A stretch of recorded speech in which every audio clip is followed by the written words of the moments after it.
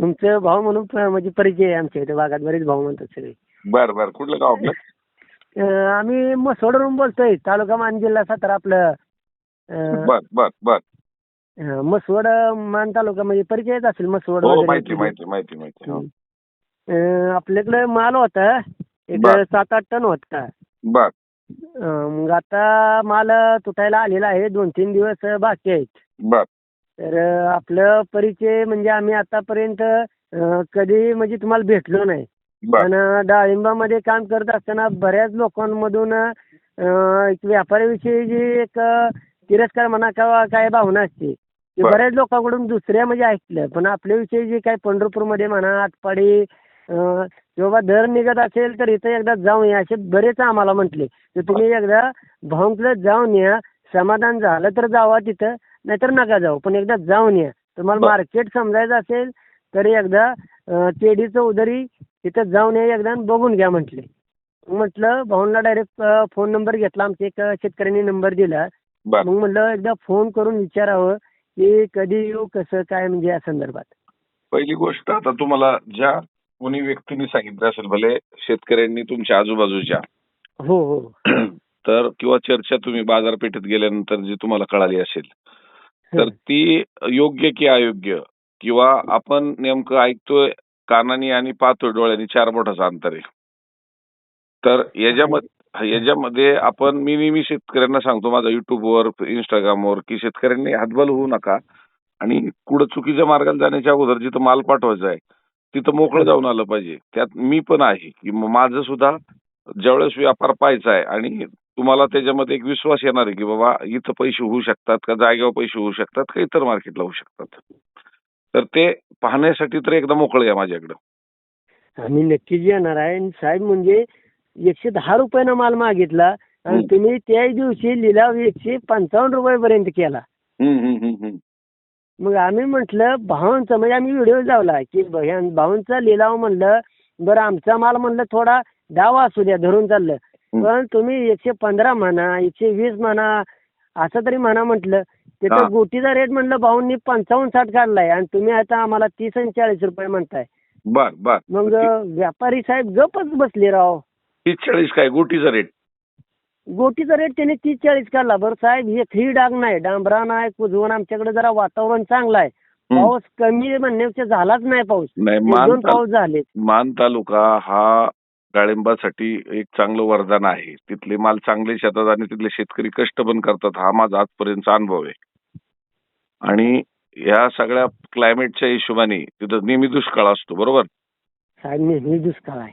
हा, आणि त्यात तुमचा दुष्काळातलं हे पीक आहे. तर आज जिथं वर रेट पाहण्यापेक्षा वर 100 गेला का 125 गेला, त्याच्यापेक्षा गोटी काय गेली, मीडियम काय गेला, ते पाहणं खूप गरजेचं आहे. आणि तुम्ही 30 आणि 35 रुपये जर क्लीन माल देत असाल तर आजही मंदी आपण म्हणतो 50, 60, 65 रुपये गुटी आजही पुण्यामध्ये विकलेली आहे. अहो साहेब, ते व्यापारी काहीच बोलले नाहीत. तुमचं नाव काढल्यावर म्हटले तुम्ही मोबाईलवर असं कुठं. मग आम्ही म्हटलं इंदापूर काय लांब नाही, म्हणलं आम्ही 2 तासात इंदापूरला जातो, उद्याच आपण तिथं जाऊया म्हटलं. मग व्यापारी निघून गेले राव, थांबले सुद्धा नाहीत. ज्या म्हणे त्यांनाच द्या. मी म्हटलं आम्ही माल त्यांना फुकाट देऊ, पण तुमच्या का नरड्यात म्हणलं फुकाट घालायचं. म्हणलं तुम्ही बाहेरल्या राज्यात नाही येणार आणि आमच्या इथल्या माणसांना तुम्ही म्हणणार असं आहे, मार्केट पडलंय, पाऊस येणार आहे.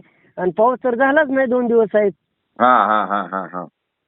मग पाऊस झालाच नाही आणि त्यांनी पडतळीत बाग मागितल्यानंतर म्हटलं नाही, आम्ही आपलं त्यांचा सल्ला घेतो, आम्हाला 4 रुपये कमी. ह्या वर्षी त्यांनी 4 रुपये कमी दिले तर हक्कानं आम्ही पुढल्या वर्षी म्हणू भाऊ आम्हाला 4 रुपये ज्यादा द्या. म्हणलं आमचा माणूस आम्हाला देऊ शकतो. म्हटलं ओळख नसलं तर म्हणलं पाहुणा म्हणून ओळख निघू शकते म्हटलं. नक्की नक्की. मग ती झारखंडवाले ती आणि आपल्यातली राव माणसं एजंटगिरी करतात आणि 2-2, 4-4 रुपये हिथंच खाते दिन शेतकऱ्याची जिरावतेत साहेब. आता आपल्या लोकांनाही कळलं पाहिजे शेतकऱ्याचे किती कष्ट आहे, आणि आपण ज्या लोकांना मदत करतोय त्यांच्याकडनं योग्य रेट मिळवण्यासाठी तरी तुम्ही एजंटगिरी करा. एजंटगिरी करण्याबद्दल दुमत नाही, पण योग्य रेट मिळवून तर दिला पाहिजे. तेच महत्वाचं आहे साहेब. आणि मग आम्ही तुमचा व्हिडिओ ती चालल्यानंतर आम्हाला काही म्हणा साहेब, जागरूकता थोडीफार तुमच्या माध्यमातून व्हिडिओतून होती, ही लय मोठी समाधानाची गोष्ट आहे. आणि हे कोणच करत नाही. बरोबर आहे, बाकी सगळे हादरवायचंच काम करतायत. दुकानदार भरपूर आहेत, कन्सल्टंट भरपूर आहेत, औषधं विकणारी देणारी घेणारी भरपूर आहेत. पण व्यापारासाठी किंवा माल कुठं न्यावा कसा न्यावा हे सांगणारा साहेब एकही गुरु नाही. आणि नाही खरं म्हणजे काय बघा स्तुती करणं ही भाग वेगळा.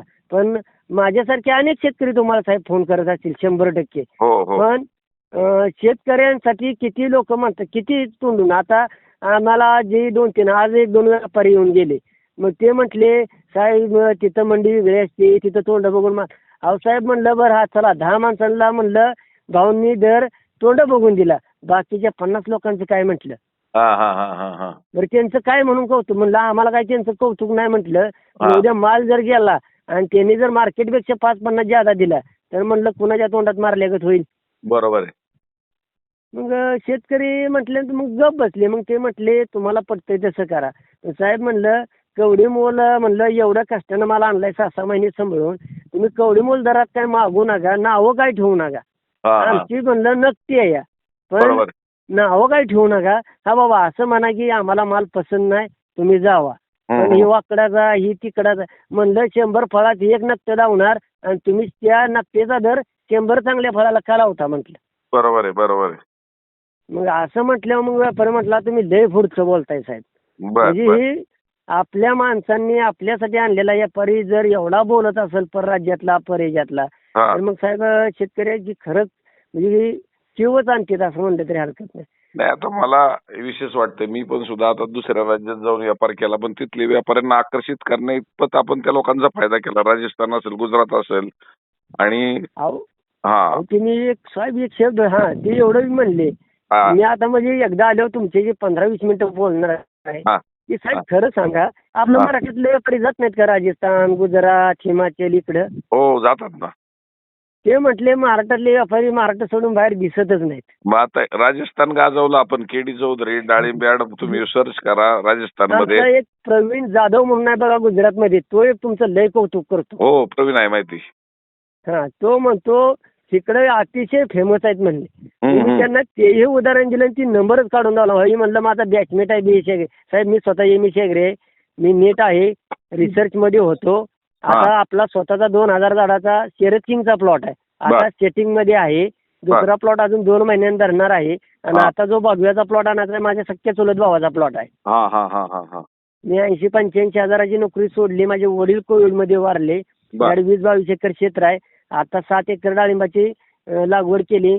माझं एक मत असं आहे मला 200 दर नको आणि 100 बी नको आहे. माझा येणाऱ्या 5-10 वर्षात 70 रुपयाने ऍव्हरेज जर मिळाला मला तरी मी खुश आहे. बरोबर मी खुश आहे. बरोबर आहे.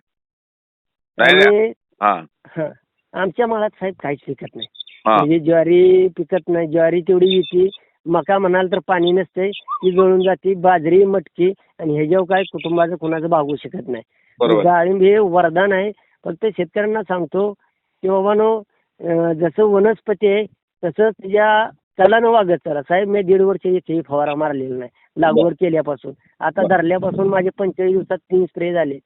मी काही फोटो पाठवले तर तुम्ही म्हणसाल कळीचा स्ट्रोक आणि हे म्हणजे साहेब ह्याच्यामध्ये सिम्प्लिसिटी. आता बरेच कन्सल्टंट वगैरे पाहतोय काही शास्त्रज्ञ मी स्वतःच त्याच्यामध्ये असल्यामुळे कनेक्ट मध्ये आहे. बरेच जण म्हणतात लय फवारे लागतात ते आल्यानं. मी परवा गौडवाडी वगैरे त्या भागात गेलो होतो तर 3000 झाडाचा एक शेतकऱ्याचा प्लॉट केल्यानं म्हणजे गेला होता म्हणजे फुटला होता डायरेक्ट. तर मी शेतकरी मी बोललो मी यंग जनरेशनची साहेब कधीच बोलत नाही. ज्यांनी डाळिंब 1990 लावलं 95 2004 2005 ह्या काळातल्या शेतकऱ्यांना भेटलो तर ते म्हणायचे आमच्याकडे दुष्काळ पाटाचं पाणी नव्हतं शेत तलाव नव्हते आम्ही विहिरीचं पाणी मडक्यात ठेवायचो 2-4 दिवसांना ती जिरायचं परत पुढल्या आठवड्यात वाचायचं. अशा पद्धतीने आम्ही गणितच्या बागा म्हणे काढलेल्या आहेत. शेतकरी त्यावेळेचा शेतकरी त्याच लेवलवर होता. आता आधुनिक तंत्रज्ञान आलेलं आहे आणि त्यामुळं आधुनिक तंत्रज्ञान हे मारक आहे साहेब. मारक तारक पण आहे पण कधी की त्याची तुलना मडक्याची म्हणजे पाणी ठिबकचं. साहेब आता आपल्याकडे ऊन आहे. माझं साहेब आहे ना 2 दिवसातून मोजून फक्त 28 ते 32 मिनिटं पाणी माझ्याकडे यायचं तंत्रज्ञान आहे. 8 इंचावर एक सेन्सर आहे 32 इंचावरती एक सेन्सर आहे. साहेब त्याच्यावरती ओलावा 65% ते 70% गेला का मी पाणी बंद करतो. 50 वर आला का चालू करतो. मग त्याचा एक फायदा काय होतोय, पाणी कमी पडलं हं. का साहेब कुठल्याही डिसीजला आर्द्रता ह्युमिडिटी ही म्हणजे मिळतच नाही. बरोबर. वाढण्यासाठी त्यांना म्हणजे ही खूप महत्वाचं आहे. डाळिंब आणि पाणी हं. म्हणतात सगळे की बाबा पाणी आणि डाळिंब असं ते, पण प्रॅक्टिकल मध्ये शेतकरी साहेब कोणच ऐकत नाही. बरोबर आहे. कुठलाही शेतकरी त्याला झाडाचं पान थोडं शिकलेलं दिसलं, कळीचा थोडा फुलला शेंडा सुकलेला दिसला का बाबा 2 तीन तास पाणी सोडतात. हं, हं, हं, हं. मग हे चुकीचं आहे. माझ्याकडे जवळजवळ आता बघा 25-30 प्लॉट आहेत. हं. तर एकही साहेब गर्वानं सांगत नाही, पण एक सांगतो की फ्री ऑफ कन्सल्टंट आहे मी. बर बर बर. हां, म्हणजे मी कॉस्ट पैसे बिसे घेत नाही, काही नाही. त्याच्याच गाडीवर बसायचं, जायचं, बघून यायचं. बरोबर आहे. हां, मी ह्याच्या माध्यमातून काय करतो की बाबा एक 5-50 शेतकऱ्याचा ग्रुप झाला का तुमच्यासारखी लोक घ्यायची. साहेब मला एकही रुपया नको आहे. काय द्यायचं आहे ते ह्या शेतकऱ्याच्या पदरात पाडा. बरोबर आहे. त्याचा माल कसा बऱ्यापैकी येईल, हा माणूस कसा जागा होईल. मी साहेब सांगोल्यात फिरत नाही, आटपाडीत फिरत नाही, मी इंदापूरलाही फिरत नाही. मी कुठंच माझ्याच भागातल्या माझ्या परिसरातल्या गावात फक्त